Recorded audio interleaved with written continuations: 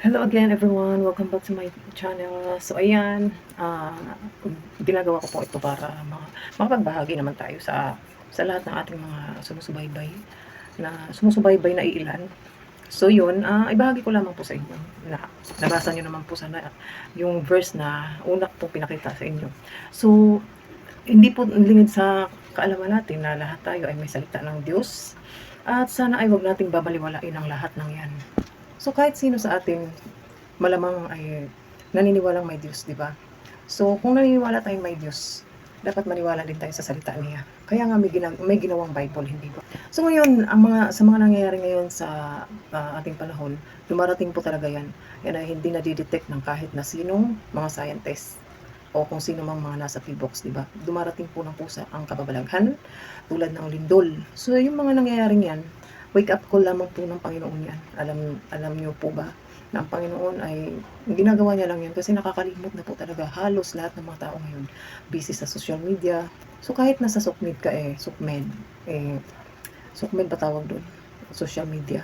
So yun, ako yata hindi updated. So yun, kahit na busy tayo sa social media, sana bigyan pa rin natin ng panahon ang Panginoon. Ano ba naman po yun, ng ilang minuto lang, manalangin ka paggising mo at sa pagtulog mo. Ganun lang, balik-balikan mo lang yung time na dapat mong gawin bilang ikaw ay tao na nilalang ng Diyos. Lahat po ng tao ay nilalang ng Diyos. Sa previous mga po sinishare dito sa aking channel ay lahat tayo nilalang pero hindi po lahat anak. John 1:12 po, kung ikaw po ay merong Bible po dyan. So ngayon po, balik tayo sa lindol, yung earthquake. Ang earthquake po ay yan po yung tinatawag na yung siguro sa panahon dahil sabi nga, init at lamig nagkahalo, nagkatugma, ano ba yun? Basta alam niyo yun. Pero, ang Panginoon pa rin po ang may kontrol ng lahat ng yan, sa mga nangyayaring yan ngayon. Pero, syempre, ano po ang buhay natin dyan? Nakasalalay ang ating mga buhay. So, anong mahalaga doon? Anong importante na ating gagawin? Kasi lahat po tayo may dahilan. Kung, kung ikaw man po ay napakalusog, napaka-healthy, pero pagdating po ng mga kapahamakan sa buhay, kung yan po ay yung, kasi lahat meron pong meron pong way na pwede tayong mamatay anytime. Na aksidente ka lang dyan, nadulas ka sa CR. Pero pag ang lindol na po, ang dumating sa buhay, wala na po tayong magagawa kundi manalangin. Manalangin po tayo. Huwag po nating hayaan na hindi tayo makapanalangin sa isang araw. Bawat alis ninyo, paglabas mo pa lang actually po, magsimula tayo sa paggising, pagtulog, pag-alis, yung ganun. Mahal pa naman po yung tumawag tayo sa Panginoon, magpasalamat. At higit sa lahat, ingatan tayo, proteksyonan. Yun lang naman po ingatan, magpasalamat, proteksyonan tayo sa araw-araw. Mahirap po bang gawin yun sa panalangin? So bilang tao po, mayroon po tayong obligasyon na tumawag sa Panginoon.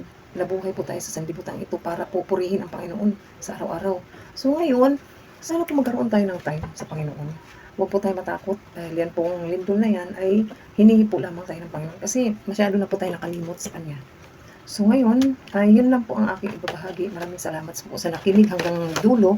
Kung hindi ka man nakinig sa akin, ang Panginoon na po ang hihipo sa iyong puso. Dahil hindi po ako nagbabahagi rito para sa relihiyon. Hindi po. Huwag po kayong magagalit sa akin dahil relihiyon ay hindi po relihiyon kundi relasyon sa Panginoon. Ano ba naman po yung magkaroon tayo ng relasyon sa Panginoon? Ano po yung relasyon? Manalangin ka po araw-araw, purihin siya araw-araw. Tumawag ka sa Panginoong Jesus. Siya po ang nagligtas sa ating lahat. Binayaran niya tayo sa kanyang dugo para po mabayaran ang ating mga kasalanan. Dahil mayroon pong parusa ang tao.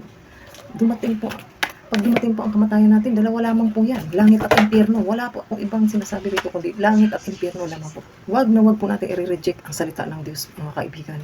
Kasi mahalaga po yan sa buhay natin. Baka nga po takot kayong mamatay eh.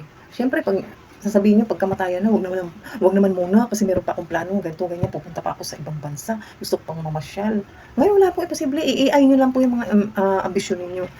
Pero mahalaga ay tumawag tayo palagi sa Panginoon. Kasi alam niyo po, napakahalaga ng salita ng Diyos.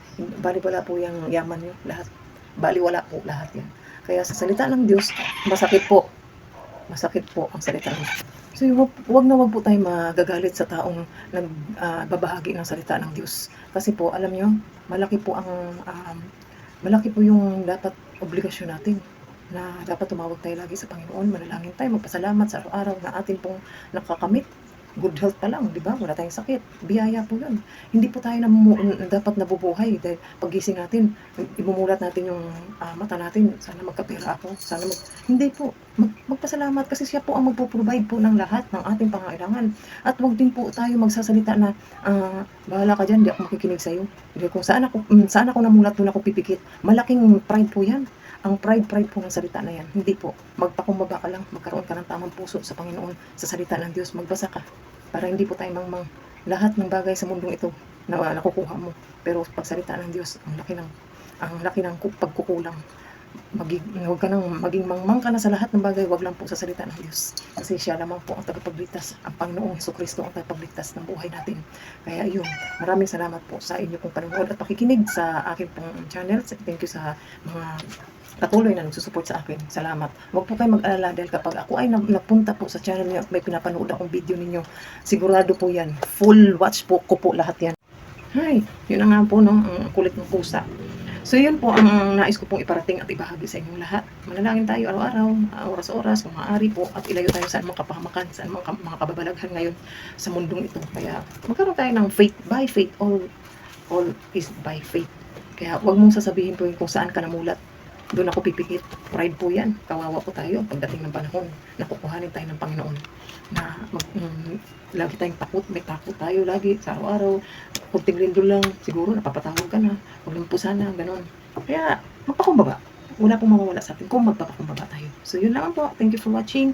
At fully watch ko po lagi ang inyong mga video kapag ako ay nandoon sa inyong channel. So yun lang po. God bless us all and stay safe and keep on praying and stay humble and yun. Thank you. Bye.